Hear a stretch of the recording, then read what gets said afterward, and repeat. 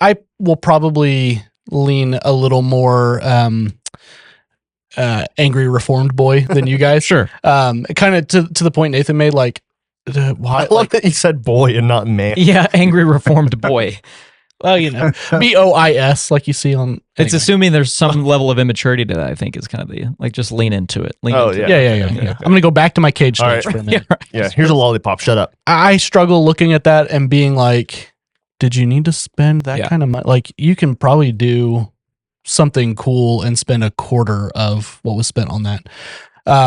And some of that, like, admittedly, maybe comes from personal passions and even like kind of what my role in our church is like specifically focused on outreach and stuff. So like in my mind, I'm like, man, all the like people that we could like feed a meal to, or like things that are like have a tangible impact versus something fun to go to.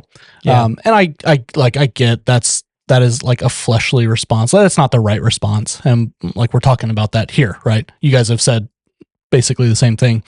But I think there is maybe a conversation to be had. Well, there, it's again, I think it's just going back to priorities, like, because the church is not meant to be primarily a place to attract non-believers. I think that's the tendency. So I can't, I mean, I can only assume, but I mean, if you're a church that does a big old event like this, where this is a big portion of your budget, I presume, that goes towards this kind of thing, then that shows your priorities, I think, a little bit, which is primarily to bring people in.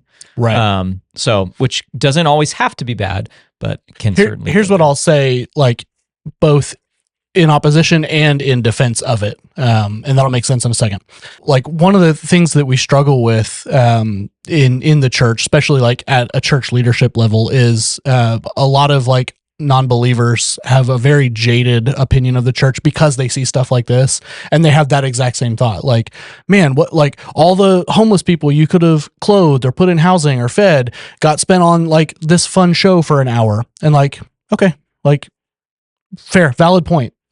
But at the same time, like they clearly put a lot of emphasis on doing this really well. Mm-hmm. And that's a cheesy, underdone, like, Christian performances are also kind of a blotch on the public perception, you know? Like, think of any Christian movie that you've ever seen. They're all trash.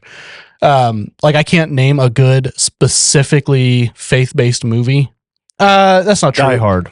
Oh, yeah. That's a good Christmas movie there. Outside of Die Hard, the only one I can really think of that was like pretty good was the one with the skit guys, that family camp one. Oh, sure. It was pretty good.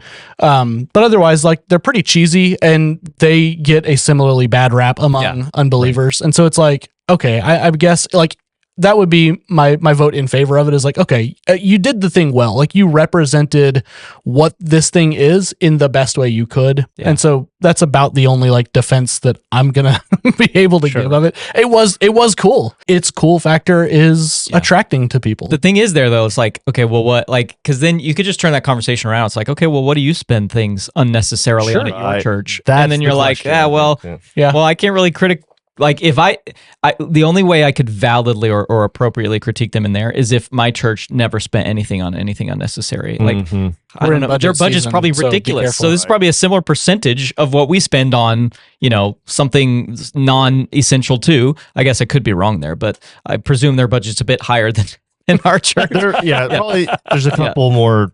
Zeros at the end of those. Yeah, for sure. But still, it's like, I mean, the principle is the same. It's like, it gets to that. I think people like the John Piper, like picking seashells, like just, can you enjoy anything? Like that's when you have to kind of go down that road. Right. Well, and that's like, and part of it's a little different within the church, but like back to kind of what I was saying, if we're having that conversation with non-believers, then it's like a lot of things when we talk about things like in the faith world, it's like, well, it's not going to make sense to you because you don't have the same like foundation I have that, you know, leads to the things that we're doing. Like when we talked a while back, a few episodes ago, about like, should non-believers be comfortable in church? Like, well, it wasn't meant for them. And in the same way, like we're going to have differing views on how we do things, what things we do, stuff like that. Yeah, that's the thing. Like this is clearly, and that's what you're right, Nathan. This is clearly meant for non-church people. No, I know. I'm talking about like the practicality of it. Like, why are you spending money on this? Like, well, we're going to have different views on why we did that.